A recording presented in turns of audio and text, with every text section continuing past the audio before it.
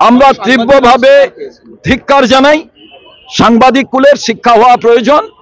যে গদি মিডিয়ার যে কাজটা করেন যারা ক্ষমতায় আছে তাদেরটাই দেখান। তার কারণ পিকে সাউর বাড়িতে যেদিন পিকে সাউ গ্রেফতার হন পাকিস্তানি সোলজারদের হাতে, তারপরে দিন আমি গেছিলাম। অথচ কালকে বিজেপি আর তৃণমূলময় হলো। সব সাংবাদিক বন্ধুরাই তো ছিলেন, সব ইলেকট্রনিক্স মিডিয়াই তো ছিলেন। কেন এটা ঘটবে? মুর্শিদাবাদে যখন গেলাম, হিন্দুদের যে জায়গা আক্রান্ত হয়েছে সেখানে সব মিডিয়া দেখলাম। মুসলমানের যে জায়গা আক্রান্ত হয়েছে সেখানে কোনো মেন স্ট্রিম মিডিয়াকে যেতে দেখলাম না। নিজের চোখে 30 জন 40 জন মেন স্ট্রিম মিডিয়ার লোক ছিল, আপনাদেরই সতীর্থ বন্ধুরা। এটা মিডিয়া কেন করবে? আজকে বিকাশ ভবনে যে ঘটনা ঘটেছে তার আমরা তীব্র ধিক্কার জানাই। আমরা মনে করি সাংবাদিকদের ওপরে তারা খবর পরিবেশন করতে চায়, তাদের ওপরে আক্রমণ মানে গণতন্ত্রের ওপরে আক্রমণ।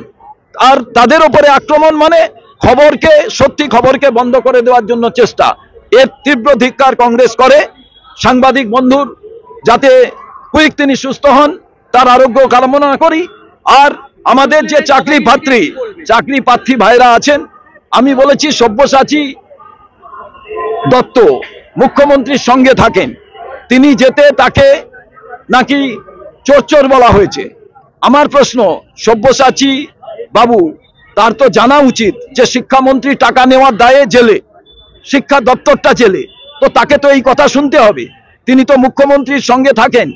ওই চাকরি হারা প্রার্থীরা এবং যারা ওখানে অবস্থান করছেন তারা মুখ্যমন্ত্রীর সাক্ষাৎ প্রার্থী।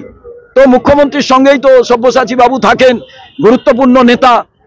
উনি টাকা নিয়েছেন আমি বলছি না, কিন্তু ওনার দলের লোকেরা নিয়েছে, এটা তো বহু জায়গায়।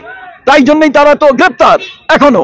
তো উনি মুখ্যমন্ত্রীর সঙ্গে দেখা করিয়ে দিন না। উল্টে ওনার লোকেরা নাকি যারা ওখানে অবস্থান করছেন তাদের উপরে অত্যাচার করেছেন। এটা আমার মনে হয় সঠিক সিদ্ধান্ত নয়। এর আমরা তীব্র বিরোধিতা করি।